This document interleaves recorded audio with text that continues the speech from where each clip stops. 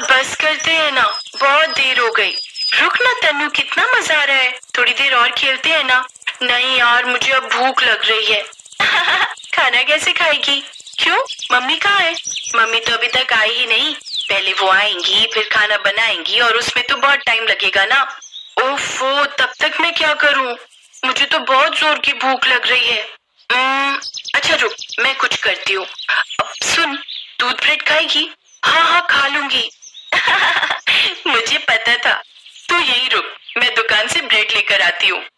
ये है मनीषा और तनीषा, दोनों जुड़वा बहनें हैं। जब तनु और मनु छोटी थी तभी एक हादसे में उनके पिता की मौत हो गई।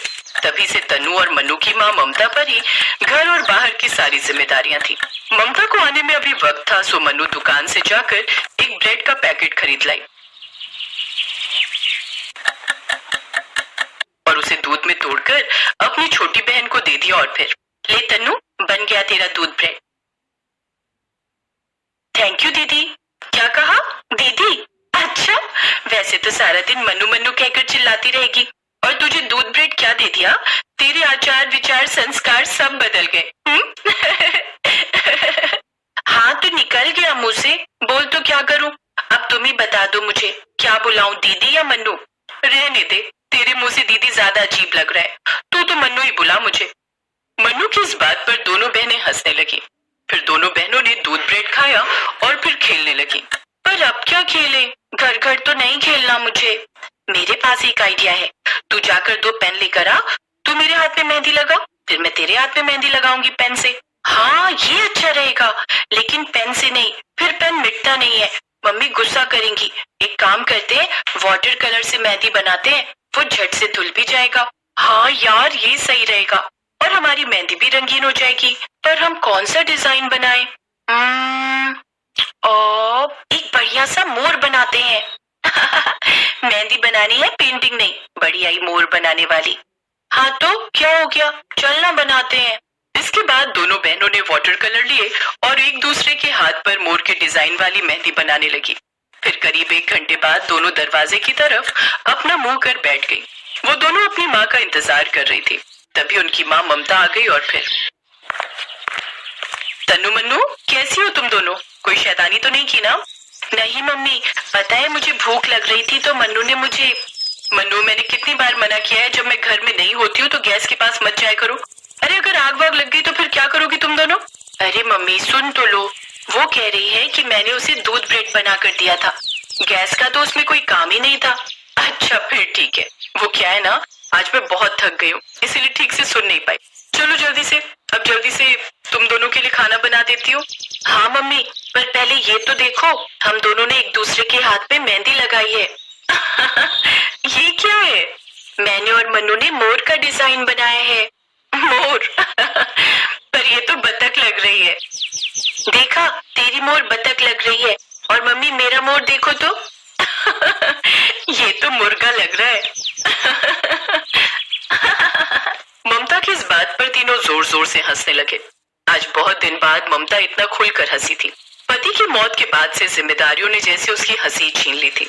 उसके पति राहुल की मौत के बाद ममता ने एक ब्यूटी पार्लर खोल लिया था, जहां वो सारा दिन मेहनत करती थी और वहां से जो भी पैसे मिलते थे उन्हीं से अपना घर चलाती थी। मम्मी एक बात कहूँ? हाँ बोलना। आप अपने पार्लर में पूरी दुनिया को मेहंदी लगाते हो, हम दोनों को भी लगाओ ना। अच्छा तो बताओ क्या बनाऊं तुम्हारे इन छोटे छोटे हाथों पर? मम्मी आप एक काम करो, आप ना हमारे एक हाथ पर एक रानी बनाओ, बिल्कुल अपने जैसी, और एक हाथ में एक सुंदर सा राजा, बिल्कुल पापा जैसा। दोनों के हाथों पर एक जैसा डिजाइन। हाँ मम्मी प्लीज ना। अच्छा बाबा ठीक है, तो चलो बनाते हैं। जाओ सबसे पहले दोनों अच्छे से हाथ धोकर आओ। ममता ने पहले मनु के एक हाथ में रानी बनाई और दूसरे हाथ में एक सुंदर सा राजा। मेहंदी लगाते हुए ममता को अपने पति राहुल की याद आ रही थी। वो भीगी आंखों से मेहंदी लगाती रही। उसने मनु के बाद तनु के हाथों में भी ठीक वैसे ही राजा रानी बनाए। मेहंदी लगवाते लगवाते दोनों बहनें सो गईं। ममता उनकी मासूम शक्लों को देखकर मुस्कुरा रही थी। उसने उन दोनों को चादर ओढ़ाई और फिर अपने कमरे में जाकर सो गई। उसकी नींद अभी लगी ही थी कि तभी रात में उसे जोर की आवाज सुनाई दी। उसके घर के दरवाजे की कुंडी टूट चुकी थी और दो लोग उसके सामने खड़े थे। क्या हाल है भाभी जी? नमस्ते। रोहन, तुम? ये क्या तरीका है? और तुम्हारी हिम्मत कैसे हुई मेरे घर में इस तरह घुसने की? मेरा घर तेरा नहीं, ये मेरे भाई का घर है। और अब जब वो इस दुनिया में नहीं है तो अब ये घर मेरा हुआ। और सिर्फ ये घर ही क्यों, उसके खेत, उसकी जमा पूंजी, सब कुछ मेरा है। नहीं, ये सब मेरा और मेरी बच्चियों का है। तो कभी ये सब हमसे नहीं छीन पाएगा। ये बात तो ठीक है, पर इसका भी एक हल है मेरे पास। सोचो प्यारी भाभी, अगर तुम ही ना रही तो तब तो ये सब मेरा होगा ना। हाँ? बांध दो इसे कुर्सी से और आग लगा दो इस घर में। और सुनो जरा, हल्ला कम करना। ऊपर वाले कमरे में मेरी प्यारी भतीजियां सो रही होंगी, उनकी नींद नहीं टूटनी चाहिए। चाचा उनको तकलीफ नहीं देना चाहता है। मैं चाहता हूँ कि वो सोते सोते ही अपने पापा के पास चली जाए बिना किसी तकलीफ के। रोहन अपने भाई की प्रॉपर्टी हड़पने के लिए हैवानियत पर उतर आया था। उसने ममता को कुर्सी से बांधकर पूरे घर में आग लगा दी और दरवाजे को बाहर से बंद कर दिया। उसे लगा कि उसने ममता और उसकी दोनों बेटियों को हमेशा के लिए रास्ते से साफ कर दिया है, पर ऐसा था नहीं। शोर से मन्नू की नींद खुल गई और उसने छिपकर रोहन और ममता की सारी बातें सुन ली थी। उसने फौरन तनु को उठाया और खिड़की खोलकर पीछे के रास्ते से भाग निकली, लेकिन रोहन को इस बात की खबर लग गई। उसके आदमियों ने उन दोनों का पीछा किया, लेकिन उन्हें चकमा देने के लिए जैसे ही दोनों बहनें एक दोराहे पर पहुंची तो तन्नू दाएं मुड़ गई और मन्नू बाएं। और फिर पूरे 20 साल बाद। तन्नू, भाग भाग जा। क्या हुआ मम्मा? आप ठीक तो हो ना? अब हाँ मेरी बच्ची, बुरा सपना देखा मैंने। अब सो जाओ, तुम सो जाओ। मन्नू अब एक 10 साल की बच्ची की माँ थी। उसने अपनी बेटी रिंकी को अपनी गोद में सुला लिया और फिर उसी शाम, मम्मा मैं बच्चों के साथ बाहर खेलने जाऊं? हाँ जाओ, पर जल्दी घर आ जाना। ठीक है? ठीक है मम्मी। रिंकी अपने दोस्तों के साथ खेलने लगी। तभी एक लड़के ने उसके हाथों को देखकर उससे पूछा, तेरे हाथ में ये ड्राइंग किसने बनाई है रिंकी? अरे पागल, इसे मेहंदी कहते हैं। वो मेरी मम्मा ने करवा चौथ का व्रत रखा था ना, तो उन्होंने अपने हाथों में यही मेहंदी लगाई थी। मैंने भी मम्मा से कहा कि वो मेरे हाथों में वैसी ही मेहंदी लगा दे। जरा दिखा तो सही। क्या हुआ कुश, तू ऐसे क्यों बोल रहा है? पता है, जो मेरी क्लास टीचर है ना, कल मैंने उनके हाथों में भी सेम टू सेम ऐसी ड्राइंग देखी थी, बिल्कुल ऐसी ही। एक हाथ में राजा और एक हाथ में रानी, और वो दोनों राजा रानी बिल्कुल ऐसे ही दिख रहे थे। क्या बोल रहे हैं?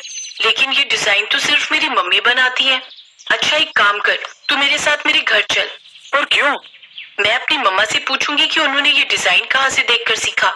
मेरा घर बस पास में ही है, आजा। अब मैं मम्मा से बोलकर तुझे मैंगो जूस पिलवाऊंगी। पर मैं लेट हो जाऊंगा, मुझे घर जाना है। इसके बाद रिंकी अपने दोस्त कुश को अपने साथ घर ले गई। कुश पहली बार रिंकी के घर जा रहा था और जैसे ही मनु ने घर का दरवाजा खोला तो कुश एक बार फिर हैरान रह गया। तनिषा मैम, आप यहाँ रहते हो? नहीं बेटा, मैं तनिषा नहीं मनीषा हूँ। क्या तुमने क्या कहा अभी? तनिषा? मैम सॉरी आंटी, वो मेरी क्लास टीचर है ना तनिषा मैम, आप बिल्कुल उनके जैसी दिखती हैं। वो जोर जोर से रोने लगी। फिर उसने आंसू पोंछते हुए कुश से पूछा, कहाँ रहती है तुम्हारी तनिषा मैम? तुम्हें पता है? नहीं, पर मेरी मम्मी को पता है। आप चलो मेरे साथ मेरे घर, वो आपको बता देंगी। मनु ने फौरन कार निकाली और फिर कुछ ही घंटों के बाद वो तनु के घर के सामने खड़ी थी।